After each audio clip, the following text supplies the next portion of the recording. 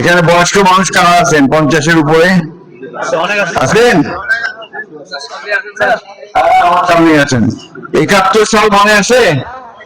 বাড়িঘর ছেড়ে চলে যেতে হয়েছিল, মনে আছে?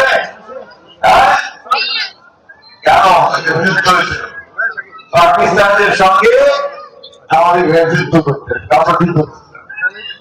পাকিস্তানের বিরুদ্ধে আমরা অস্ত্র ছিলাম,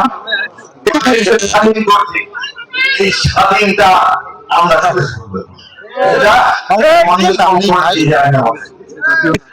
আমরা আমাদের দেশ ছেড়ে মাটি ছেড়ে কোথাও যাবো না। আমরা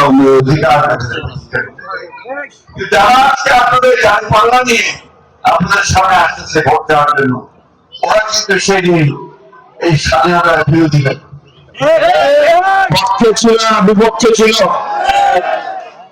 এবং আপনাদের বাড়িঘর ছেড়ে চলে যেতে হয়েছে, ওই সময় বাড়িঘর বিদ্রোহ করা হয়েছে অনেক সময়, ঠিক কিনা বলুন?